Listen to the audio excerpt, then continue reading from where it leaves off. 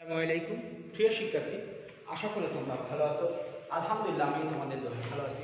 প্রিয় শিক্ষার্থী, আজকে একটি গুরুত্বপূর্ণ এবং মজার টপিক নিয়ে তোমাদের সামনে হাজির হয়েছি। তোমরা সাম্প্রতিক সময়ে অবগত আছো যে বাংলাদেশ সরকার প্রত্যেক শিক্ষার্থীর জন্য একটি ইউনিক আইডি করার চিন্তা ভাবনা করছেন। সেটা ষষ্ঠ শ্রেণী থেকে দ্বাদশ শ্রেণীতে পাঠরত সকল শিক্ষার্থীর জন্য এই ইউনিক আইডিটা করা হবে। দেখো, এই ইউনিক আইডিটা হবে মূলত এনআইডি কার্ডের মতো, অর্থাৎ ভোটার আইডি কার্ডের মতো। ঠিক আছে, এই ইউনিক আইডি করার জন্য প্রত্যেকটা শিক্ষা প্রতিষ্ঠান, স্কুল, কলেজ, মাদ্রাসা, প্রত্যেকটা শিক্ষা প্রতিষ্ঠান নোটিশের মাধ্যমে শিক্ষার্থীদের জানিয়ে দেওয়া হয়েছে কি কি তথ্য তাদেরকে কি করতে হবে, সাবমিট করতে হবে প্রত্যেকটা শিক্ষা প্রতিষ্ঠানে। এবং প্রত্যেকজন শিক্ষার্থীর কাছে এরকম একটি ফর্ম দেওয়া হয়েছে। এই ফর্মটার নাম হচ্ছে establishment of integrated educational information management system বা IEIMS প্রকল্প।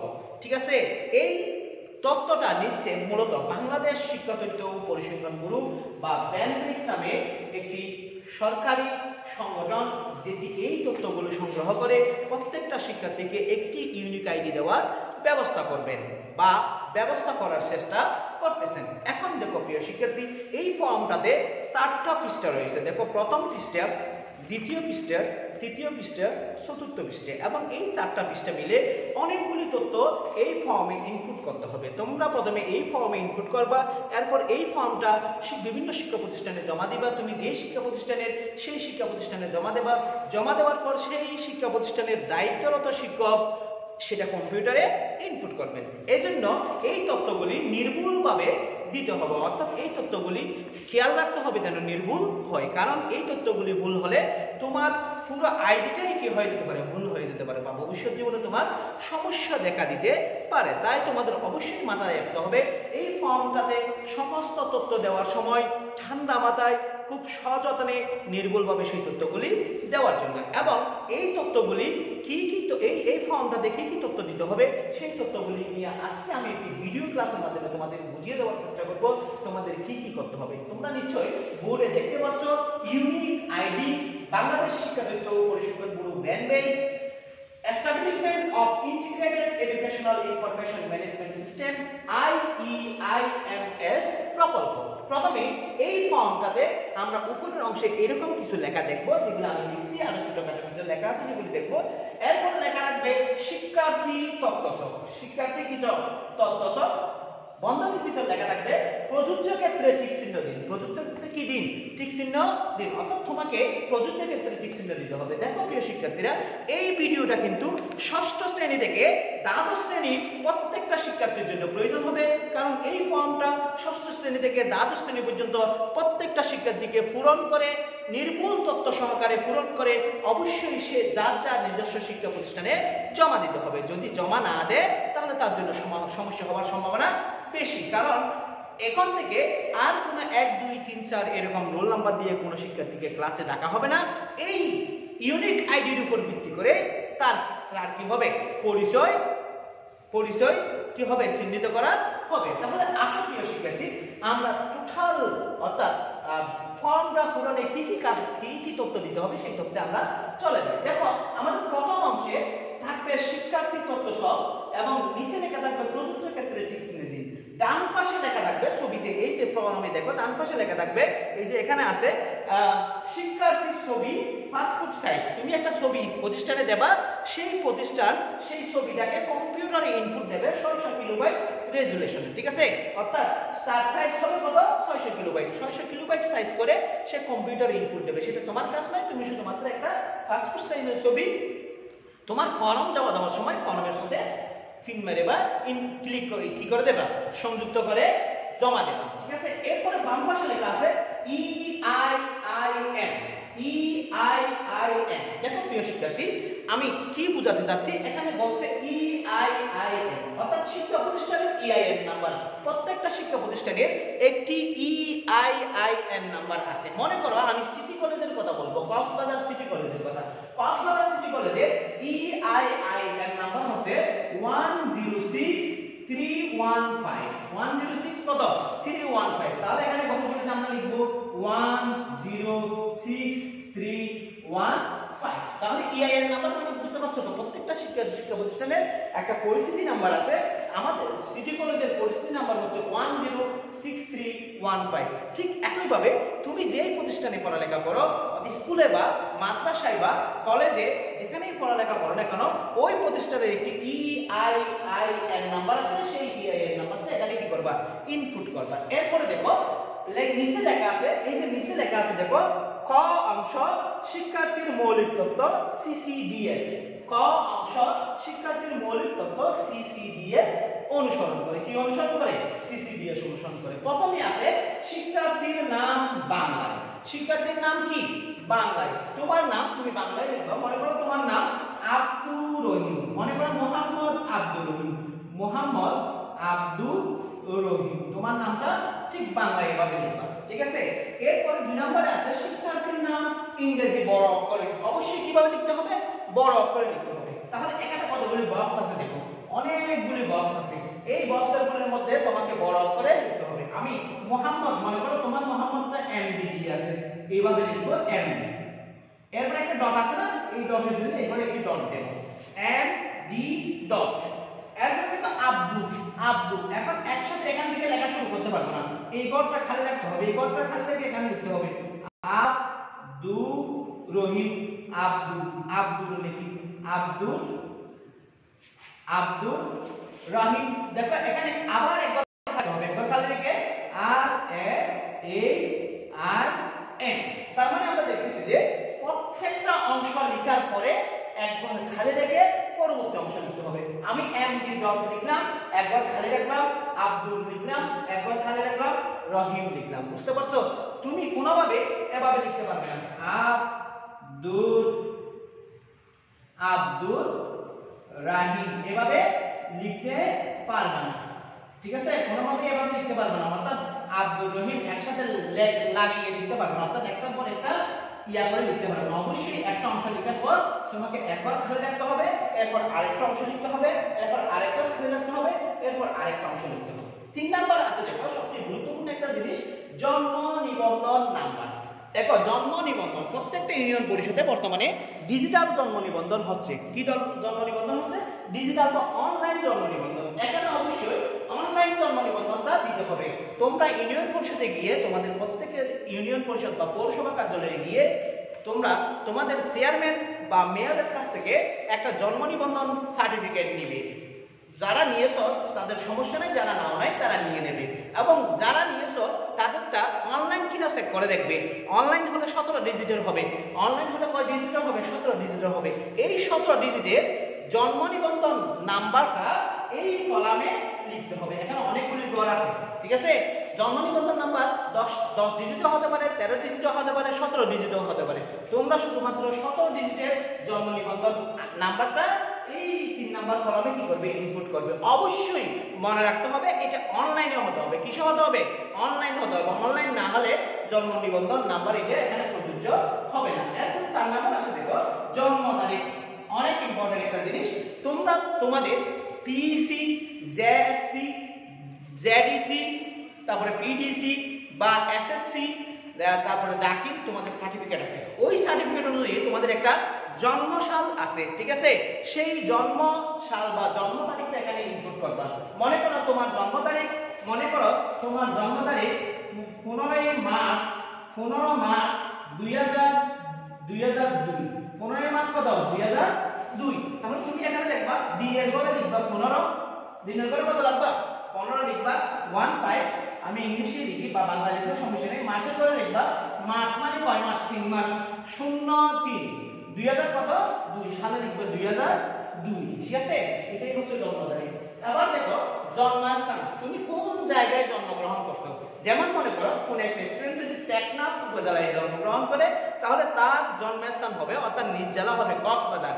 আবার যদি কক্সবাজার সদরেও জন্মগ্রহণ করে, ওই শিক্ষার্থীর জন্ম জেলা হবে অর্থাৎ নিজ জেলা হবে কক্সবাজার।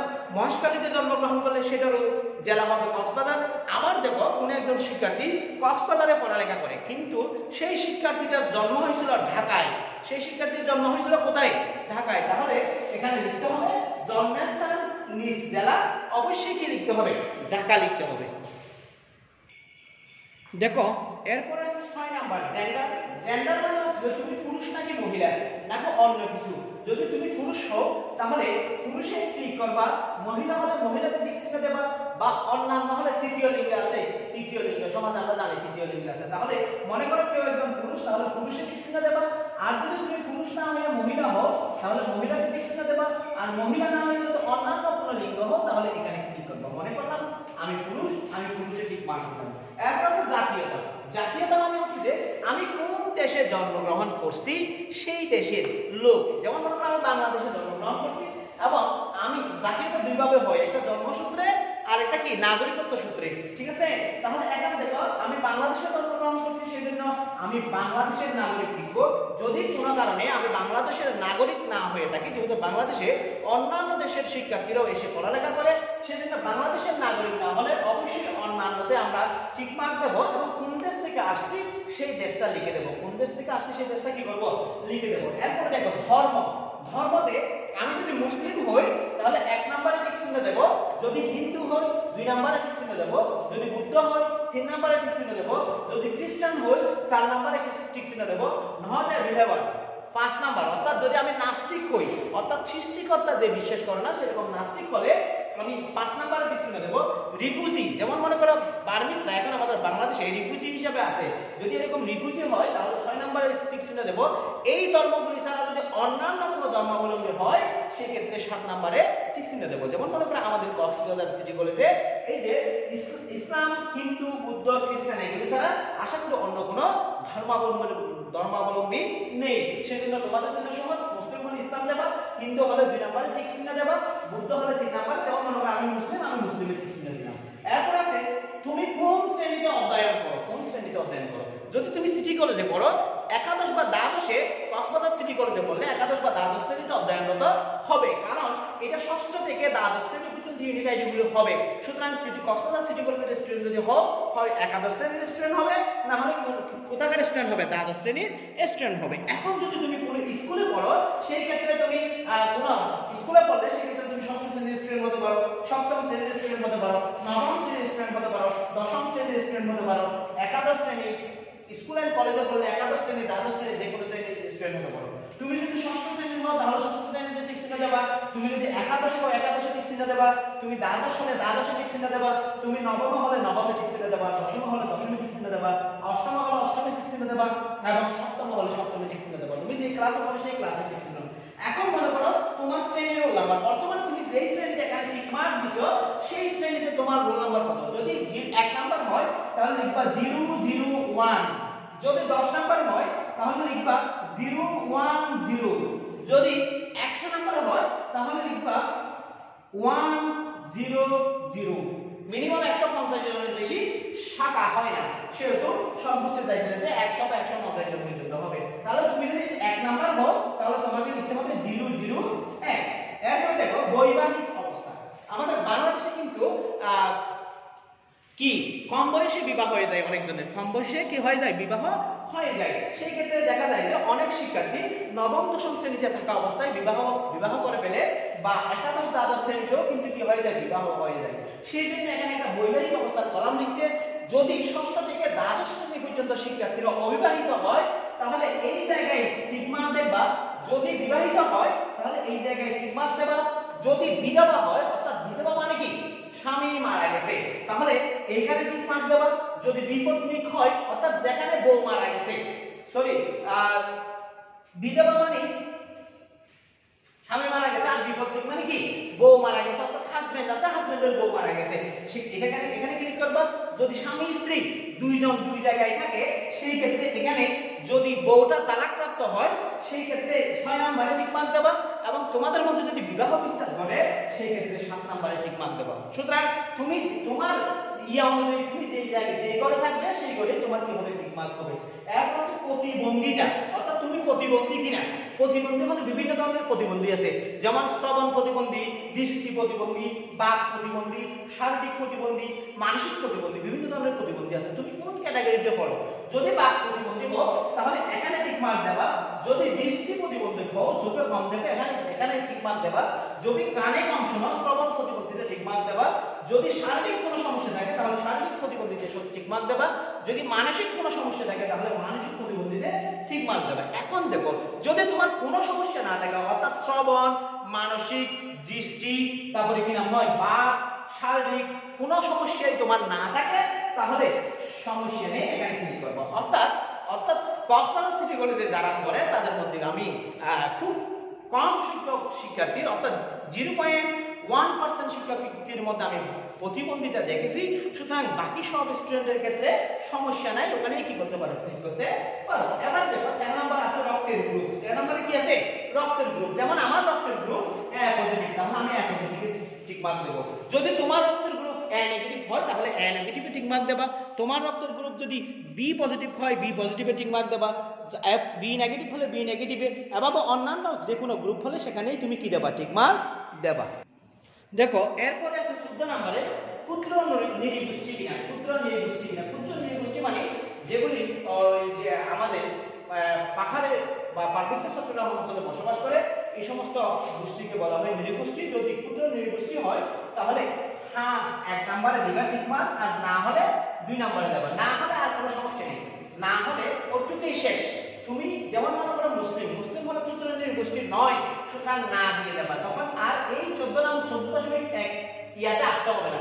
যদি হ্যাঁ হয় তাহলে অবশ্যই এখানে টিক মার্ক দিতে হবে। এখানে টিক মার্ক কি, এখানে দেয়া আছে সাঁওতাল উপগোষ্ঠী কিনা, সাঁওতাল নৃগোষ্ঠী কিনা, চাকমা কিনা, গারো কিনা, হাজব কিনা, চা, কুকি, কেয়া, ভম, মারমা, ত্রিপুরা, খাসিয়া, মণিপুরি, অন্যান্য। অর্থাৎ আমাদের বাংলাদেশে এই সমস্ত নৃগোষ্ঠীরা বসবাস করে।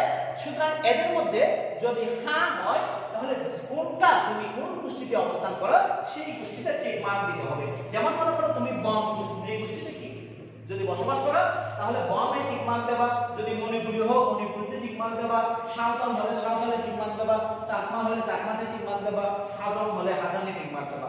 আর যদি না হয় তাহলে দেখা যাবে যে ওখানে আর নিচের অংশে কোনো কাজ করতে হবে না। দেখো 15 নম্বর আছে মাতার তথ্য, অর্থাৎ মা সম্পর্কে তথ্য প্রদান। মায়ের তথ্যগুলো হবে এনআইডি অনুযায়ী, মায়ের তথ্যগুলো হবে কি এনআইডি অনুযায়ী। এখন দেখো প্রথমে আছে নাম বাংলায়, মায়ের নাম বাংলায়। মনে করো মায়ের নাম হচ্ছে ফাহমিদা সুলতানা, ফাহমিদা সুলতানা, ঠিক আছে? মনে করো মায়ের নাম ফাহমিদা সুলতানা। তুমি খ নম্বর আছে নাম ইংরেজি বড় অক্ষরে, ইংরেজি কি অক্ষরে, বড় অক্ষরে। মনে করো F A H M I D A, Fahmida. Fahmida লেখার পর অবশ্যই কি করতে হবে, একটা অংশ লেখার পর আমি বলছিলাম একটা ঘর খালি রাখতে হবে।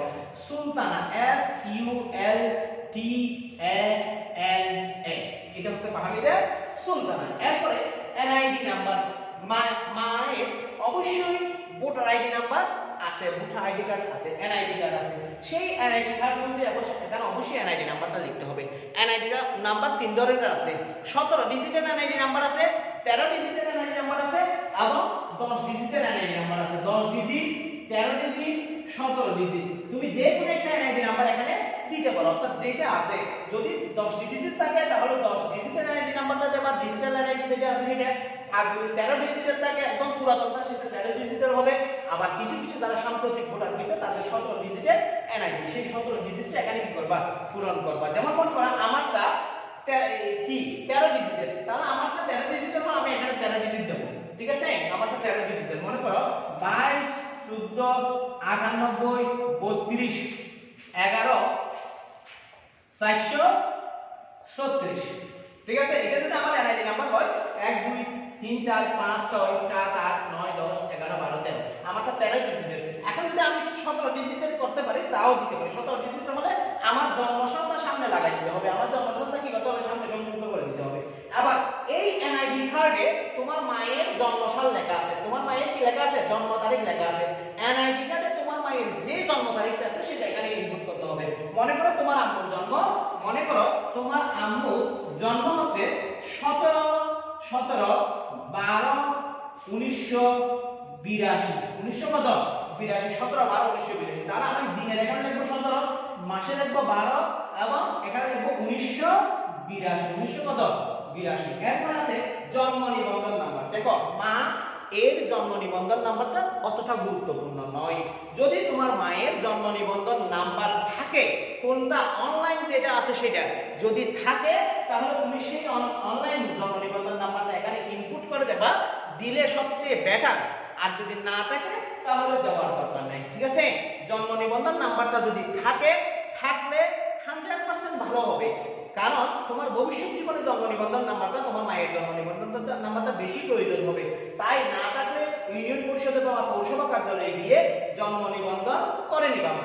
জন্ম নিবন্ধন নাম্বারটা অনলাইন নাম্বারটা এখানে কি করবা, ইনপুট করবা। বুঝে গেছে? আবার মনে করিও না আমি লাগবে না আমার বলছি এই জন্য করবা না, এটা মনে করিও না, ঠিক আছে? অবশ্যই তুমি সুযোগ পেলে, সুযোগ হবে, তোমার মায়ের জন্ম নিবন্ধন অনলাইন নাম্বারটা অর্থাৎ অনলাইনে জন্ম নিবন্ধন করে সেটা এখানে ইনপুট করে দেবা। এরপর আছে মোবাইল নাম্বার। এখন তো প্রত্যেকেই মোবাইল ইউজ করে, তাই না? সুতরাং তোমার মাও মোবাইল ইউজ করার সম্ভাবনা 99%। সুতরাং তোমার মায়ের মোবাইল নাম্বারটা এখানে দেবা। মোবাইল নাম্বার কত ডিজিটের? 11 ডিজিটের। যেমন আমার মোবাইল নাম্বারটা 0182912847। ঠিক তোমার মায়ের এরকম কি থাকবে, জন্ম নিবন্ধন মোবাইল নাম্বার থাকবে, সেই মোবাইল নাম্বারটা এখানে দেবা। আবার দেখো 6 নাম্বার আছে পেশা। তোমার মায়ের পেশা কি? তোমার মা কি গৃহিণী? তোমার মা কি শিক্ষক? তোমার মা কি ব্যাংকার? তোমার মা কি অন্য কোনো সরকারি অফিসে জব করে? তুমি সেটাই দেবা। যদি তোমার মা গৃহিণী হয় তাহলে এখানে গৃহিণী লিখবা, তোমার মা যদি শিক্ষক হয় তাহলে শিক্ষিকা লিখবা, ঠিক আছে? তোমার মা যদি ব্যাংকার হয় তাহলে ব্যাংকার লিখবা, তোমার মা যদি পুলিশের এসপি হয় তাহলে এসপি লিখবা। যেটা মন চায়, যেটা তোমার মা সেটাই লিখবা। যদি তোমার মা ব্যবসায়ী হয়, তোমার মা যদি কোনো ব্যবসা কাজের সাথে জড়িত, তাহলে এখানে লিখবা ব্যবসায়ী। এরপর আছে বর্গীয় জ নাম্বার, মাতা মৃত হলে মৃত্যু সাল। মনে করো অনেকের মা মারা গেছে, ঠিক আছে? অনেক স্টুডেন্ট আছে যাদের মা আগে বা পরে বা সাম্প্রতিক সময়ে কি হয়ে গেছে, মারা গেছে। যদি কারো মা দুর্ভাগ্যজনকভাবে, কোনো স্টুডেন্টের বা কোনো শিক্ষার্থীর মা যদি দুর্ভাগ্যজনকভাবে মারা যান, অর্থাৎ যখন আমি তথ্য বলে দিচ্ছি, তখন আমার মা যদি মৃত্যুবরণ করে থাকে তার আগে বা তখন কত সালে মৃত্যুবরণ করেছেন সেই সালটা এখানে উল্লেখ করতে হবে। মনে করো কোনো একজন স্টুডেন্টের মা 1999 সালে মারা গেছেন, তাহলে এখানে লিখবো 1999। যদি কোনো একজন স্টুডেন্টের মা 2006 সালে মারা গেছেন, তাহলে লিখবো 2006। মনে করো কোনো একজন স্টুডেন্টের মা গত মার্চ মাসে মারা গেছে বা গত আগস্টে মারা গেছে, তাহলে লিখবো 2021 সাল। 2000 কত সাল? 21 সাল। এটাই হচ্ছে মা সম্পর্কিত তথ্য। দেখো 16 নম্বর আছে পিতার তথ্য, অর্থাৎ বাবা কি করে সেই তথ্যটা আমাকে এখানে দিতে হবে। এনআইডি অনুযায়ী অর্থাৎ বড় আইডি কার্ড অনুযায়ী বাংলায় লিখবো বাবার নাম। বাবার নাম মনে করো আব্দুস সুবাহান। আব্দুস সুবাহান বাবার নাম মনে করো আব্দুস সুবাহান, ঠিক আছে? এটা বাংলায় লিখবো সুন্দর করে। এরপরে খ নাম্বার আছে নাম ইংরেজি বড় অক্ষরে, তাহলে আমরা আগের কথা লিখবো আব্দুস, ABDUS আব্দুস।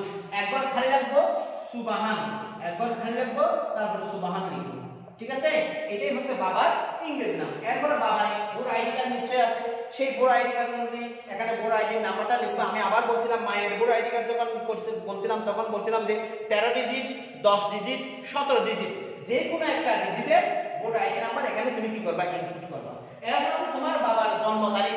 এই যে ভোটার আইডি কার্ডে তোমার বাবার একটা জন্ম তারিখ আছে, সেই জন্ম তারিখটা এখানে দেবা। মনে করো তোমার বাবার ভোটার আইডি কার্ডে জন্ম তারিখ আছে 10/5/1978, 10/5/1978, তাহলে এখানে লিখবা দিনের পরে 10, মাসের পরে 05 এবং 1978। এটা হচ্ছে তোমার বাবার জন্ম তারিখ। আরো বড় হলে পরেরটা লিখবে, আরো হলে আগেরটা লিখবে। এরপর জন্ম নিবন্ধন নাম্বার।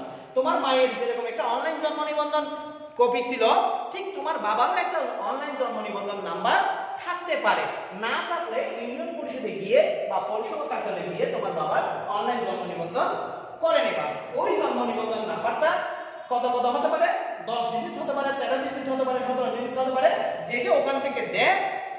বর্তমানে অনলাইন জন্ম নিবন্ধন অবশ্যই 17 ডিজিটের, সেই 17 ডিজিটের জন্ম নিবন্ধন নাম্বারটা এখানে কি করবা, ইনপুট করবা। এরপরে তোমার বাবার নিশ্চয়ই মোবাইল আছে, মোবাইল ব্যবহার করে, সুতরাং তোমার বাবার মোবাইল নাম্বারটা এখানে ইনপুট করবা। এরপরে তোমার বাবা যদি শিক্ষক হয় শিক্ষক লিখবা, ব্যাংকার হলে ব্যাংকার লিখবা, তোমার বাবা কৃষক হলে কৃষক লিখবা, অন্য কোনো পেশায় তোমার বাবা জড়িত থাকলে সেটা লিখবা। এরপরে দেখো একদম লাস্ট নাম্বার আছে পিতা মৃত হলে। পিতা কি হলে?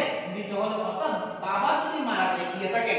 অনেক স্টুডেন্ট আছে যাদের বাবা তাদেরকে ছেড়ে পরকালের উদ্দেশ্যে হয়তো সাম্প্রতিক সময়ে বা আরো আগে রওনা দিয়েছেন, অর্থাৎ মৃত্যুবরণ করেছেন। যাদের মা বাবা মৃত্যুবরণ করেছেন, আল্লাহ তাদেরকে বেহেশত নসিব করুন। দেখো, যদি কারো কোন স্টুডেন্টের বাবা মৃত হন, সে কত সালে মারা গেছেন সেটা এখানে লিখতে হবে। যদি 1999 সালে মারা যান তাহলে এখানে 1999, 2000 সালে মারা গেলে 2000 সাল, এবং অন্য কোনো সালে মারা গেলে অন্য কোনো সালটা সেখানে কি করে দেবো, ইনপুট করে দেবো। দেখো 17 নম্বর আছে বর্তমান ঠিকানা। 17 নম্বর আছে কি বর্তমান ঠিকানা, অর্থাৎ শিক্ষার্থী তুমি কোন ঠিকানায় বর্তমানে বসবাস করো। তুমি যদি তোমার মা বাবার সাথে তোমার গ্রামে অর্থাৎ স্থায়ী ঠিকানায় থাকো, তাহলে বর্তমান ঠিকানা এবং স্থায়ী ঠিকানা যে কোনো একটা পূরণ করলে হবে, ঠিক আছে। আর যদি তুমি ভিন্ন ভিন্ন জায়গায় থাকো, বর্তমানে তুমি পড়ালেখা করার জন্য এক স্থানে অবস্থান করতেছো, কিন্তু তোমার স্থায়ী ঠিকানা অন্য স্থানে, তাহলে বর্তমান ঠিকানা তুমি কোথায় আছো, কোন বিভাগে আছো। যদি কক্সবাজার হও, চট্টগ্রাম বিভাগে থাকবে। কক্সবাজার হলে কোন বিভাগে থাকবে, চট্টগ্রাম বিভাগে থাকবে। এরপরে জেলা কক্সবাজার, জেলা কি বাজার, কক্সবাজার। উপজেলা তুমি কোথায় অবস্থান করতেছো, এখন কক্সবাজার সদর, যদি সদর হও কক্সবাজার সদরে। মহেশখালী হলে মহেশখালী, বর্তমানে যেখানে থাকতেছো সেটাই এখানে কি করবা, ইনপুট করবা। সিটি কর্পোরেশন বা পৌরসভা, তুমি কিন্তু আমাদের কক্সবাজারটা কিন্তু সিটি কর্পোরেশন নয়, পৌরসভা, তাহলে এখানে পৌরসভার নাম লিখবা কক্সবাজার সদর। আর যদি সিটি কর্পোরেশন হয়, সিটি কর্পোরেশনের নাম লিখবা। যদি সিটিতে থাকো চট্টগ্রাম সিটি কর্পোরেশন লিখবা। এখানে পৌরসভায় থাকলে কক্সবাজার পৌরসভা লিখবা। যদি তুমি ইউনিয়নে থাকো, যেমন জিলামটা ইউনিয়ন আছে পাশে, যদি ইউনিয়নে থাকো তাহলে যে ইউনিয়নের নাম লিখবা। পৌরসভায় থাকলে তার ইউনিয়নে থাকবে না। যদি পৌরসভায় থাকলে পৌরসভার নাম লিখবা, আর ইউনিয়নে থাকলে ইউনিয়নের নাম লিখবা। ইউনিয়নে থাকলে নিশ্চয়ই তোমার একটা ওয়ার্ড নাম্বার আছে, পৌরসভায় থাকলেও একটা ওয়ার্ড নাম্বার আছে। যেমন আমাদের কক্সবাজার সিটি কলেজ পৌরসভার 5 নাম্বার ওয়ার্ডে, তাহলে এখানে আমরা লিখবো আমাদের ওয়ার্ড নাম্বার। যেমন মনে করো আমরা ইউনিয়নে বাস করলে আমাদের ইউনিয়নের 9টা ওয়ার্ড আছে, 1 2 3 4 5 6 7 8 9। তুমি যেই ওয়ার্ডে বাস করো সেই ওয়ার্ডে লিখবা। এখন মৌজা, এটা লেখার দরকার নাই, মন চাইলে লিখতে পারবা, না চাইলে লেখার দরকার নাই। গ্রাম, মহল্লা, রাস্তার নাম ও নাম্বার। গ্রাম, তুমি যদি গ্রামে থাকো নিশ্চয়ই তোমার একটা গ্রাম আছে, সেই গ্রামের নাম লিখবা। যদি গ্রাম না থাকে মহল্লায় থাকো, তাহলে মহল্লার নাম লিখবা। আর যদি তুমি যেখানে থাকো সেখানে যদি রাস্তার নাম এবং নাম্বার থাকে, যেমন কোনো রাস্তা আছে, কোনো জায়গা আছে যেখানে রাস্তার নাম লেখা আছে এবং রাস্তার কত নাম্বার রাস্তা সেটা লেখা থাকে, আবাসিক এলাকার মধ্যে সেগুলো থাকে, সেখানে তুমি রাস্তার নামটা লিখবা, নাম্বারটা লিখবা। আর আমাদের তো বেশিরভাগই গ্রামে, সুতরাং আমরা গ্রামটাই লিখে দিতে হবে। বর্তমান ঠিকানায় টাউনে থাকলে অবশ্যই আমাকে যেরকম চাই সেটা দিতে হবে। আবার হচ্ছে বাসার হোল্ডিং নাম্বার। এখন প্রত্যেকটা গ্রামও ইউনিয়ন পরিষদ কর্তৃক প্রত্যেকটা বাসায় একটা হোল্ডিং নাম্বার দিয়ে দিয়েছে, প্রত্যেকটা ঘরের দরজায় লাগাই দিয়েছে, দেখিও বোর্ডে লিখে তোমাদের ওখানে একটা নাম্বার দিয়েছে। সেই নাম্বারটা তুমি চাইলে এখানে ইনপুট করতে পারো, না চাইলে দরকার নাই। ইনপুট করলে ভালো, তোমাদের বাড়ির দরজায় দেখবে ইউনিয়ন পরিষদ কর্তৃক একটা ছোট্ট বোর্ড দিছে, সেই বোর্ডে একটা নাম্বার লেখা আছে, সেই নাম্বারটা এখানে দেবা। এবং তোমার ডাকঘর কোনটা এখানে দেখো। এখানে তুমি বর্তমান ঠিকানায় যেই বাসায় থাকো সেই বাসার হোল্ডিং নাম্বার দিবে। বর্তমান ঠিকানায় যেই বাসায় থাকো সেই বাসার হোল্ডিং নাম্বার, এবং বর্তমান ঠিকানা যেখানে সেখানকার ডাকঘর কত। যেমন আমাদের কক্সবাজার সদরের ডাকঘর কোথায়, এখানে ডাকঘর কোথায় সেই ডাকঘরটা দিবা, বুঝে গেছে। এরপরে পোস্ট কোড, তোমাদের পোস্ট কোড কত। কক্সবাজারের পোস্ট কোড হচ্ছে 740 কত 4700। মহেশখালীর কোড হচ্ছে 4710। একইভাবে আমি স্থায়ী ঠিকানা যখন পূরণ করবো, স্থায়ী ঠিকানা পূরণ করার সময় আমাকে মাথায় রাখতে হবে আমার বাবা বা মা তার আইডি কার্ডে কোন ঠিকানা লেখা আছে। অর্থাৎ আমার বাবা বা মায়ের আইডি কার্ডটা নেব, ওই আইডি কার্ডের পিছনে একটা ঠিকানা লেখা আছে, সেই ঠিকানাটা এখানে ইনপুট করে দেব। বাবা বা মায়ের অর্থাৎ পিতা বা মাতার আইডি কার্ড নেব, ওই আইডি কার্ডের পিছনে একটি ঠিকানা আছে, সেই ঠিকানা এখানে লিখে দেব। আর যদি দুইটা ঠিকানা একই হয় তাহলে যে কোনো একটা লিখলেই হবে। বর্তমান ঠিকানা বা স্থায়ী ঠিকানা একই হলে যে কোনো একটা ঠিকানা লিখলে হবে। দেখো 19 নম্বরে অভিভাবক। 19 নম্বরে কে, অভিভাবক। অর্থাৎ পিতামাতা যদি উভয়ই মৃত হয়,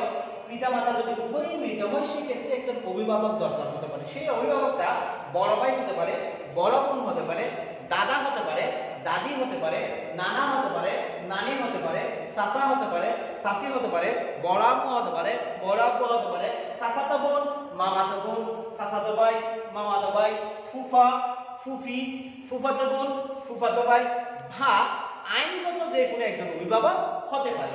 যদি তোমার কোনো মা বাবা না থাকে অর্থাৎ মৃত হন, সেই ক্ষেত্রে কোনো একজন অভিভাবক তুমি নিয়ে আসবা, যে অভিভাবকটা তোমার যে কোনো ধরনের আত্মীয় হতে পারে। মনে করো তোমার চাচাকে নিয়ে আসো, তোমার চাচার নাম লিখবা আব্দুল সবুর। তোমার চাচার নিশ্চয়ই একটি এনআইডি কার্ড থাকবে, সেই এনআইডি নাম্বারটা 10 ডিজিট 13 ডিজিট বা 17 ডিজিটের সেই এনআইডি নাম্বারটা লিখবা। তোমার চাচার পেশা কি, সে কোন পেশায় জড়িত, ব্যাংকার, শিক্ষকতা বা অন্যান্য পেশা, সেই পেশাটা লিখবা। তোমার অভিভাবক যে চাচাটাকে তুমি নিয়ে আসছিলা, সেই তার সাথে অর্থাৎ যে অভিভাবকটাকে নিয়ে আসছো আব্দুল সবুরের সাথে তোমার কি সম্পর্ক, সে কি তোমার দাদা, দাদা হলে দাদাই ঠিক চিহ্ন দেবা, দাদি হলে দাদাই ঠিক চিহ্ন দেবা। এভাবে যে কোনো একটা চাচা, নানা, মামা, ফুফু, খালা, চাচাতো ভাই, মামাতো ভাই বা আইনগত কোনো একজন অভিভাবক, অর্থাৎ তোমার কেউ না থাকলে বাইরের কোনো মানুষকে তুমি কি করতে পারো, আইনগত অভিভাবক হিসেবে নির্ধারণ করতে পারো। তাহলে তাদের যে যা হবে সেটা ঠিক মানতে পারো। এরপর ওই অভিভাবকের নিশ্চয়ই একটি মোবাইল নাম্বার আছে, সেই মোবাইল নাম্বারটা এখানে ইনপুট করবো। এরপরে 20 নাম্বার আছে পিতা মাতা অভিভাবকের প্রত্যয়নপত্র, অর্থাৎ তুমি যে এখন যে তথ্য 19 নাম্বার ভিতরে যে তথ্যগুলি দিছো, সেই তথ্যগুলি সত্য কিনা মিথ্যা সেটা তোমার বাবা বা তোমার মা বা তোমার অভিভাবক, অর্থাৎ পিতা থাকলে পিতার কাছ থেকে, মা থাকলে মার কাছ থেকে, বা পিতা মাতা কেউ না থাকলে অভিভাবকের কাছ থেকে প্রত্যয়ন আনতে হবে। এখানে লেখা আছে এই তথ্য সকে উল্লেখিত তথ্য আমার জ্ঞান ও বিশ্বাস মতে সত্য, অর্থাৎ 19 নম্বর পর্যন্ত যে তথ্যগুলি দিছে, আমার ছেলে বা মেয়ে বা আমি যার অভিভাবক হয়েছি সে যে তথ্যগুলি দিছে সব তথ্যগুলি সত্য।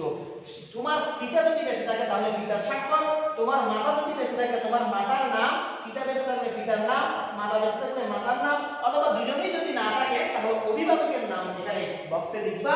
এরপরে সেই অভিভাবক থেকে পিতা হলে পিতার স্বাক্ষর নিবা, মাতা হলে মাতার স্বাক্ষর নিবা, অবশ্যই নিয়ে আসতে হবে বাড়ি থেকে। অভিভাবক হলে অভিভাবকের স্বাক্ষর নিবা। মনে করে আমি যদি অভিভাবক হই তাহলে আমি স্বাক্ষর করে দিলাম, এবং স্বাক্ষরের তারিখ মনে করো আজকের তারিখটা 28/8/2021, তাহলে 28/8/2021। বুঝা গেছে? এটাই হচ্ছে অভিভাবক সম্পর্কিত তথ্য।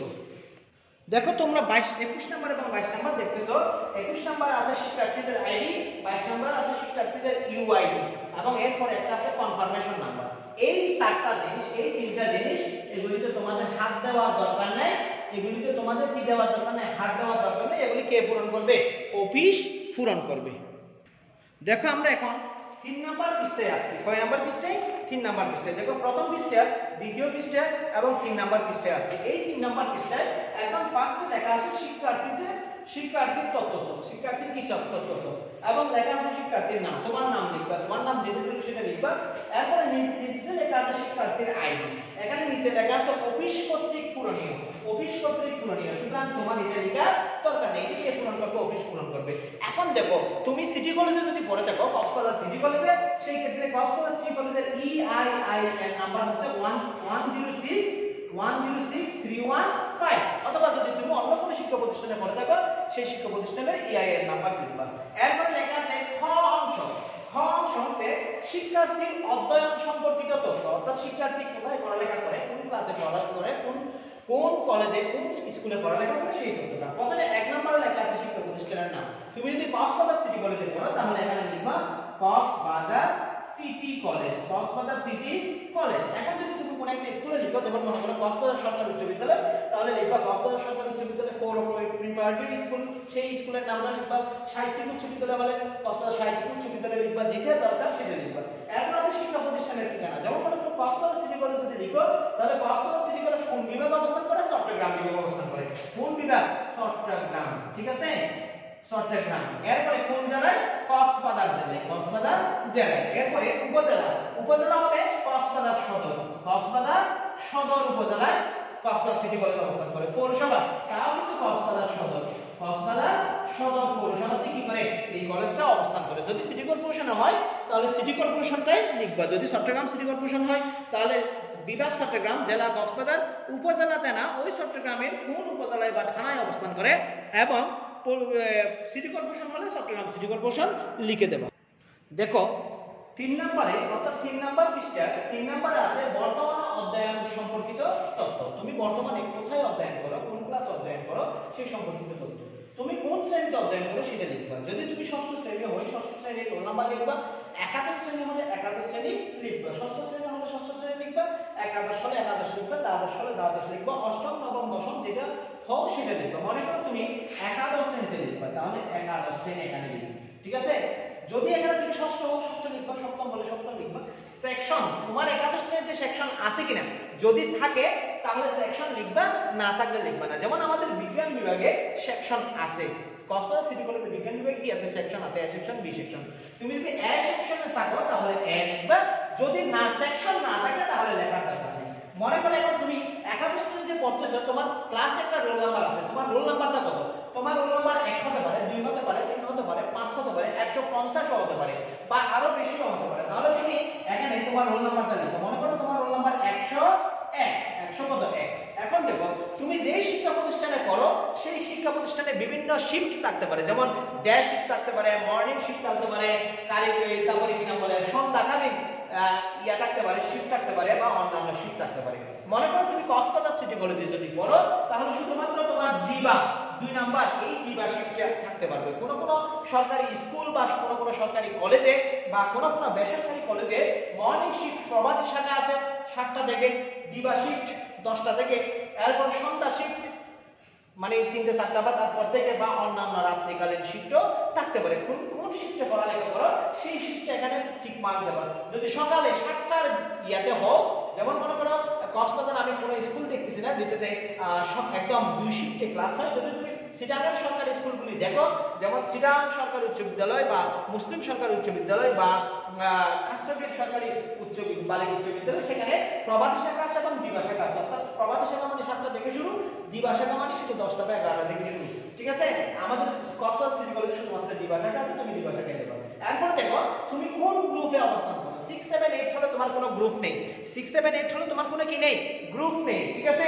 কিন্তু তুমি যদি 9 এ আসো, অর্থাৎ নবম দশম একাদশ দ্বাদশ, তাহলে তোমার অবশ্যই গ্রুপ আছে। তুমি কি মানবিক বিভাগে পড়ালেখা করো, মানবিক হলে 1, বিজ্ঞান হলে 2, ব্যবসায় শিক্ষা হলে 3, এবং তুমি যদি কারিগরি শিক্ষায় পড়ালেখা করো, অর্থাৎ নবম শ্রেণী থেকে ভোকেশনাল শুরু, কিন্তু কারিগরি শিক্ষায় পড়ালেখা করলে 4, সাধারণ হলে 5, হিলফুল ফুজুল হলে 7, এবং মুজাব্বিদ হলে 8। এগুলো মাদ্রাসার জন্য।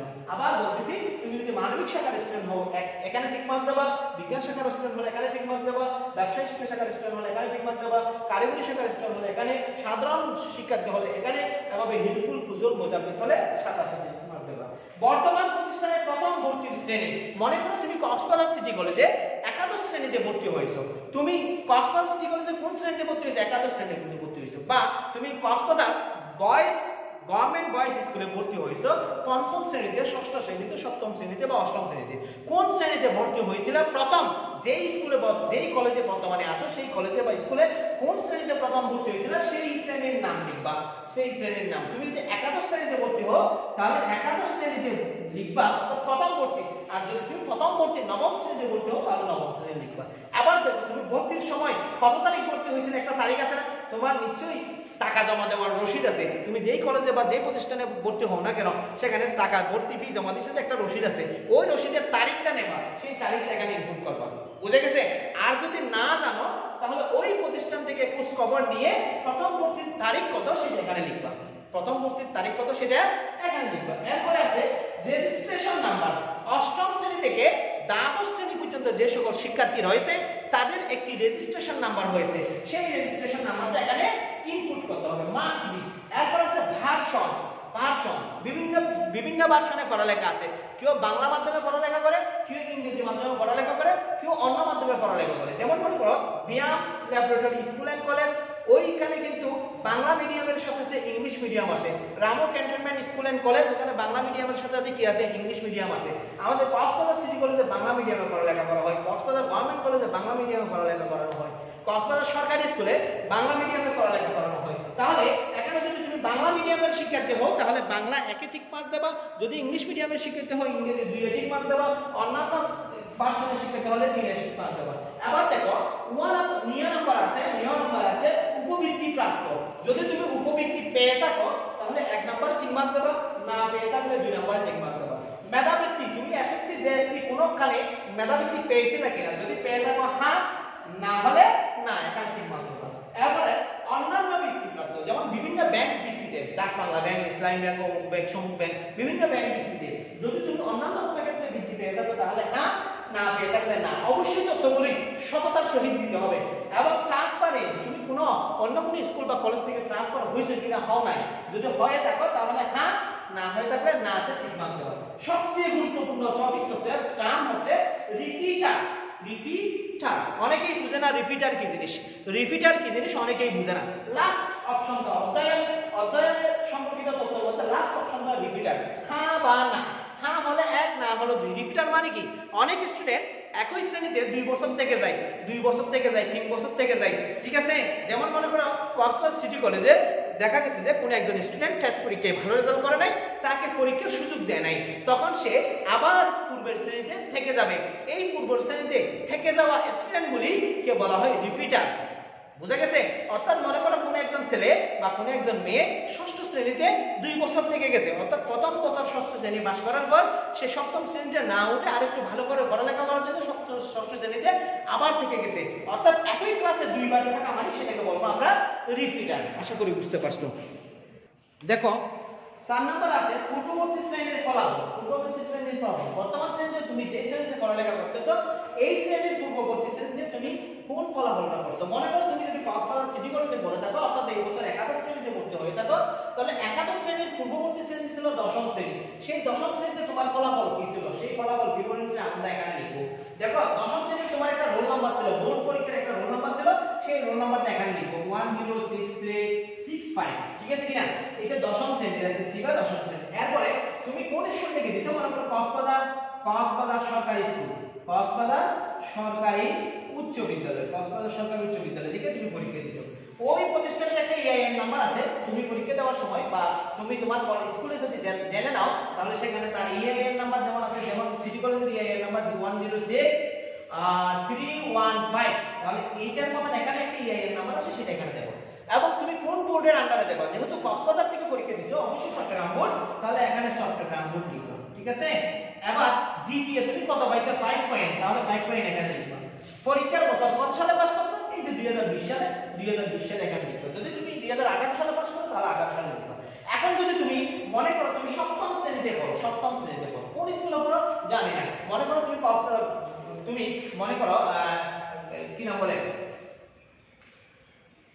কোন একটা বার্মিজ সরকারি প্রাথমিক, মনে করো তুমি সাহিত্যিক উচ্চ বিদ্যালয়ে পড়ো, সাহিত্যিকা উচ্চ বিদ্যালয়, সাহিত্যিক উচ্চ বিদ্যালয়ে পড়ালেখা করো। এই সাহিত্যিক উচ্চ বিদ্যালয়ে তোমার সপ্তম শ্রেণীতে রোল নাম্বার কত, সপ্তম শ্রেণীতে রোল নাম্বার কত ছিল সেটা লিখবো। মনে করো তোমার রোল নাম্বার ছিল 5, সেই 5 নাম্বার লিখবা, সাহিত্যিক উচ্চ বিদ্যালয়ে লিখবা। দেখো তুমি যদি ইন্টারমিডিয়েটে পড়ো তাহলে দশম শ্রেণীর ইয়া দিতে হচ্ছে, আর তুমি যদি অষ্টম শ্রেণীতে পড়ো তাহলে সেই ক্ষেত্রে সপ্তম শ্রেণীর তথ্য দিতে হচ্ছে। এই সাহিত্যিক স্কুলের কি ইআইএন নাম্বার আছে? নিশ্চয়ই সাহিত্যিক স্কুলের এটা কোন বোর্ডের আন্ডারে, চট্টগ্রাম বোর্ডের আন্ডারে, তাহলে তুমি চট্টগ্রাম বোর্ড লিখতে পারো, নাও লিখতে পারো, সমস্যা নাই। সেহেতু বোর্ড পরীক্ষা নয়, যদি জেএসসি হয়, এসএসসি হয়, পিএসসি হয়, সেগুলো বোর্ড লিখতে হবে।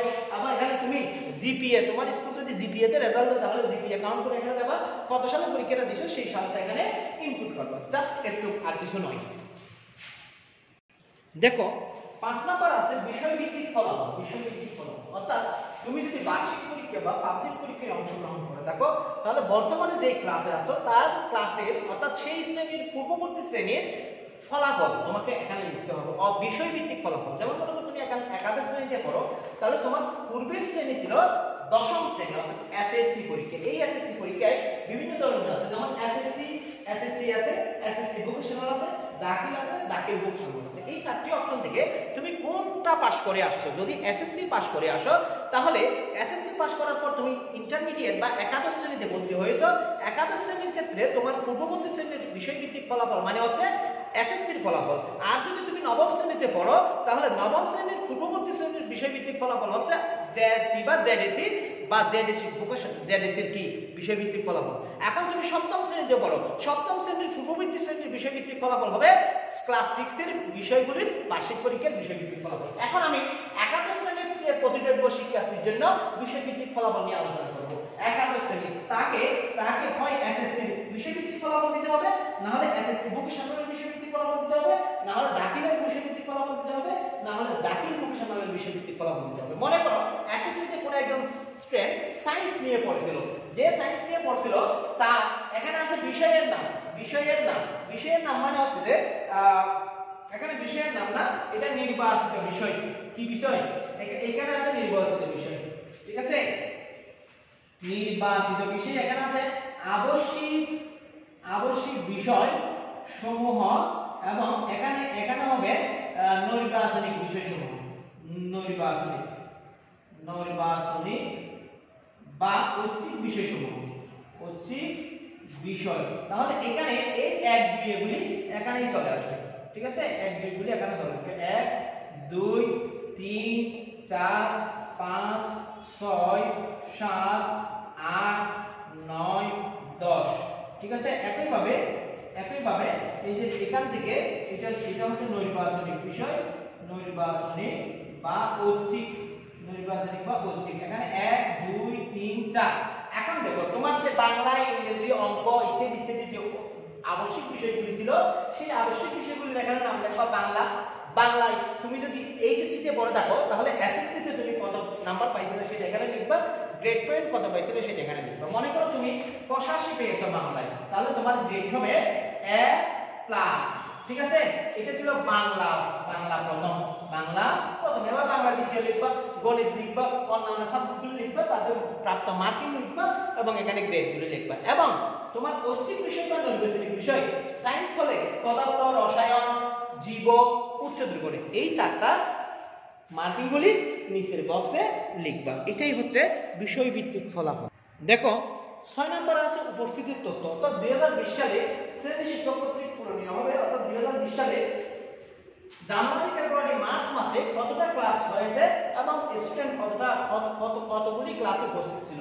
দেখো মাসের নাম জানুয়ারি, ফেব্রুয়ারি, মার্চ, মোট কার্য দিবস, অর্থাৎ জানুয়ারি মাসে কতদিন ক্লাস হয়েছিল এবং শিক্ষার্থী কতদিন উপস্থিত হয়েছিল, এগুলি টিচাররা পূরণ করবে। আবার 7 নাম্বার দেখো কাইন্ডলি, 7 নাম্বার হচ্ছে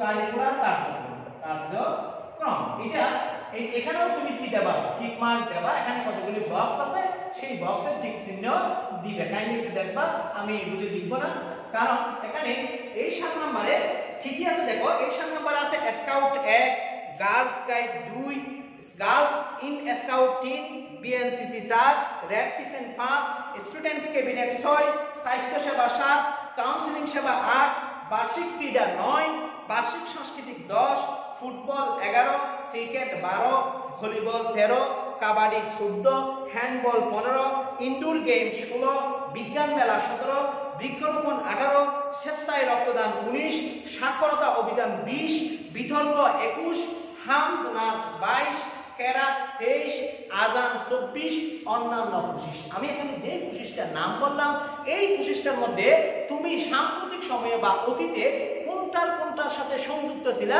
প্রত্যেকটাতে তুমি টিক মার্ক দেবা। তুমি মনে করে স্কাউটে সংযুক্ত ছিলা, স্কাউটে টিক মার্ক দেবা। বিএনসিসি সংযুক্ত ছিলা, ওইটাতেও টিক মার্ক দেবা। স্বাস্থ্য সেবাতে সংযুক্ত ছিলা, সেটাতেও টিক মার্ক দেবা। স্কুলে থাকা অবস্থায় ক্যাবিনেট নির্বাচন করছিলা, ওইটাতেও টিক মার্ক দেবা। ক্রিকেট খেলো, সেটাতেও টিক মার্ক দেবা। খাম নাচ প্রতিযোগিতাতে অংশগ্রহণ করো, সেটাতেও টিক মার্ক দেবা। স্বেচ্ছায় রক্তদান করো, সেটাতেও টিক মার্ক দেবা। বিজ্ঞান মেলায় অংশগ্রহণ করছিলা, সেটা। অর্থাৎ এখানে যে 25টার মধ্যে 25টাতেও তুমি যদি অংশগ্রহণ করে থাকো, 25টাতেও টিক মার্ক দিতে পারবা। 8 নাম্বার হচ্ছে শখ বা হবি। শখ বা কি হবি, তোমার একটা কি থাকবে, শখ থাকবে। এখানে আরেকটা বক্স আছে, সেই বক্সে 1 নম্বরে আছে কৃষিকাজ, 2 নম্বরে বই পড়া, 3 নম্বরে চিত্রাঙ্কন, 4 নম্বরে কবিতা বা গল্প লেখা, 5 নম্বরে আবৃত্তি, 6 নম্বরে নৃত্য, 7 নম্বরে সঙ্গীত, 8 নম্বরে রচনা, 9 নম্বরে বাগান করা, 10 নম্বরে জনসেবা, 11 নম্বরে অভিনয়, 12 নম্বরে রাইডিং, 13 নম্বরে ভ্রমণ, 14 নম্বরে ট্রেকিং, 15 নম্বরে সাঁতার, 16 নম্বরে অন্যান্য। একজন মানুষের অনেক রকমের শখ থাকতে পারে, ঠিক আছে। যেমন আমি বই পড়তে পছন্দ করি, আড্ডা দিতে পছন্দ করি, তারপরে জনসেবা করতে পছন্দ করি, বাগান করতে পছন্দ করি, কৃষিকাজ করতে পছন্দ করি, ভ্রমণ করতে পছন্দ করি, তারপরে কি রাইডিং করতে পছন্দ করি। তার মানে আমি অনেকগুলি পছন্দ করি, আমি প্রত্যেকটাতে কি করে দেবো, ঠিক মার্ক দেবো। একজন মানুষের অনেকগুলি শখ থাকতে পারে, একটা থাকবে না, কোনো কথা নেই। তুমি এই 16টা ছাড়া যদি আরো কোনো শখ থাকে, সেগুলিও সেখানে কি করতে পারে, ইনক্লুড দিতে পারো। এবার আছে 9 নাম্বার দেখো একজন স্টুডেন্ট তার ছাত্র জীবনে বিভিন্ন প্রতিযোগিতায় অংশগ্রহণ করে থাকে, বিভিন্ন প্রতিযোগিতায় কি করে থাকে, অংশগ্রহণ করে থাকে। এই অংশগ্রহণে 9.1 আছে সাহিত্য সংস্কৃতি, সাহিত্য ও সংস্কৃতি, সাহিত্য ও সংস্কৃতি। 9.2 আছে ক্রীড়া, 9.2 কি আছে, ক্রীড়া, ক্রীড়া, ঠিক আছে। 9.3 আছে সৃজনশীল, সৃজনশীল ও শুদ্ধাচার, সৃজনশীল ও শুদ্ধাচার, ঠিক আছে। এই তিনটা অপশন আছে। দেখো অংশগ্রহণ, তুমি কোন ক্ষেত্রে ছাত্র জীবনে অংশগ্রহণ করেছিলা সেটা এখানে তোমাকে টিক মার্ক দিতে হবে। দেখো যদি তুমি সাহিত্য সংস্কৃতিতে অংশগ্রহণ করো, সাহিত্য সংস্কৃতিতে তুমি জেলা পর্যায়ে অংশগ্রহণ করতে পারো, আর তারপরে কি নাম বলে, প্রথমে তুমি নিজের শিক্ষা প্রতিষ্ঠানে অংশগ্রহণ করতে পারো, তুমি আন্তঃশিক্ষা প্রতিষ্ঠানে অংশগ্রহণ করতে পারো। একটা ইউনিয়নে অনেকগুলি শিক্ষা প্রতিষ্ঠান আছে, সবগুলি শিক্ষা প্রতিষ্ঠান মিলে যদি একটি প্রতিযোগিতা করে সেখানেও তুমি সাংস্কৃতিক অনুষ্ঠানে অংশগ্রহণ করতে পারো। উপজেলা পর্যায়ে একটি উপজেলার সমস্ত স্কুল নিয়ে যদি কোনো প্রতিযোগিতা করে সেখানেও তুমি অংশগ্রহণ করতে পারো। আবার উপজেলা পর্যায়ে তুমি ফার্স্ট হয়ে জেলা পর্যায়ে আসতে পারো, জেলা পর্যায়ে ফার্স্ট হয়ে বিভাগীয় পর্যায়ে আসতে পারো, বিভাগীয় পর্যায়ে ফার্স্ট হয়ে জাতীয় পর্যায়ে যেতে পারো। যেমন বিজ্ঞান অলিম্পিয়াড, কেমিস্ট্রি অলিম্পিয়াড, ফিজিক্স অলিম্পিয়াডের ক্ষেত্রে বাংলাদেশের গণ্ডি পেরিয়ে আন্তর্জাতিক অঙ্গনেও কি করে প্রতিযোগিতা করে। অর্থাৎ তুমি যে যে পর্যায়ে অংশগ্রহণ করেছিলা আগে সেগুলি ঠিক মার্ক দেবা। যদি তুমি আন্তর্জাতিক পর্যায়ে অংশগ্রহণ করো সেখানে ঠিক মার্ক দেবা, জাতীয় পর্যায়ে আন্তর্জাতিক পর্যায়ে যেহেতু অংশগ্রহণ করছো তাহলে এর আগে সবগুলিতে ঠিক মার্ক দিতে পারবা। আর যদি তুমি উপজেলা পর্যায়ে পর্যন্ত অংশগ্রহণ করো তাহলে ঠিক মার্ক হবে উপজেলা, আন্তঃশিক্ষা প্রতিষ্ঠান, নিজ শিক্ষা প্রতিষ্ঠান। একইভাবে ক্রীড়ার ক্ষেত্রেও ওরকম, যে শুদ্ধাচার এবং সৃজনশীল ক্ষেত্রেও একই রকম। এরপরে 10 নম্বরে আছে অর্জন বা পুরস্কার। 10 নম্বরে কি আছে, অর্জন বা পুরস্কার। অর্থাৎ তুমি অংশগ্রহণ করে কি কি পুরস্কার পেয়েছো, অংশগ্রহণ করে কি কি পুরস্কার বা কি কি সনদপত্র পেয়েছো। একই রকম 9 নম্বরের যে অপশনগুলি আছে 10 নম্বরেও ওই একই অপশনগুলি আছে।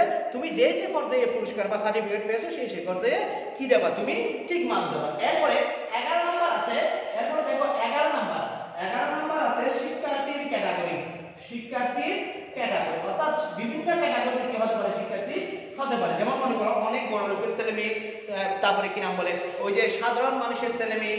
দেখো শিক্ষার্থীর ক্যাটাগরির মধ্যে প্রথমে আছে শিক্ষার্থীরা কর্মজীবী, কর্মজীবী, এটা হলো কর্মজীবী হলে এক। অর্থাৎ কিছু কিছু শিক্ষার্থী আছে চাকরির পাশাপাশি পড়ালেখা করে, সেটা হচ্ছে কর্মজীবী। এরপর আছে ভূমিহীন, ভূমিহীন পিতামাতার সন্তান বা অভিভাবকের সন্তান, ভূমিহীন অভিভাবকের সন্তান। যদি এরকম হোক তাহলে 2 নম্বরে ক্লিক করবা। যদি মুক্তিযোদ্ধার কোনো আত্মীয় স্বজন হোক, মুক্তিযোদ্ধার পুষ্য বা নাতি নাতনি হোক তাহলে 3 নম্বরে ক্লিক করবা। অনাথ হলে 4 নম্বরে ক্লিক করবা। এতিম হলে 5 নম্বরে ঠিক মার্ক দেবা। কয় নম্বরে ঠিক মার্ক দেবা, 5 নম্বরে ঠিক মার্ক দেবা। প্রিয় শিক্ষার্থী, আমরা আজকের ইউনিক আইডি লিখার ফর্মের সর্বশেষ পর্যায়ে চলে আসি। সর্বশেষ পর্যায়ে আছে শিক্ষার্থীর স্বাক্ষর। সুতরাং তুমি এতক্ষণ যেগুলো লিখছো সেগুলো লেখার পর ওই জিনিসগুলিতে ঠিক এবং সত্য সেটার জন্য তুমি সিগনেচার দেবা, সত্য করবা। এরপরে তুমি কত তারিখে সিগনেচার করতেছো সেই তারিখটা দেবা। এরপরে আরো 2টা বক্স আছে, একটা হচ্ছে শ্রেণী শিক্ষকের স্বাক্ষর। শ্রেণী শিক্ষকের স্বাক্ষর, এখানে তোমার কোনো কাজ নাই, এটা যেই টিচারকে জমা দিবে সেই টিচার তার স্বাক্ষর দিবে, সেই কত তারিখে স্বাক্ষর করছে সেটা দেবে, তার নাম লিখবে, শিক্ষকের এনআইডি কার্ড লিখবে, এনআইডি নাম্বার লিখবে, মোবাইল নাম্বার লিখবে। ওইটা হচ্ছে ওই শ্রদ্ধেয় বা সম্মানিত শিক্ষকের কাজ। এরপরে লাস্ট অপশনটা আছে প্রত্যয়ন। ওই স্কুল বা কলেজের সম্মানিত প্রধান শিক্ষক মহোদয় বা অধ্যক্ষ স্যার তোমার সেই ফর্মটাকে সত্যায়ন করবেন, সেটা তার কাজ। প্রিয় শিক্ষার্থী, এতক্ষণ পর্যন্ত ধৈর্য ধরে আজকের ভিডিও ক্লাস উপভোগ করার জন্য আবারও আন্তরিকভাবে ধন্যবাদ জানাচ্ছি। ভালো থেকো। আসসালামু আলাইকুম ওয়া রাহমাতুল্লাহি ওয়া বারাকাতুহু।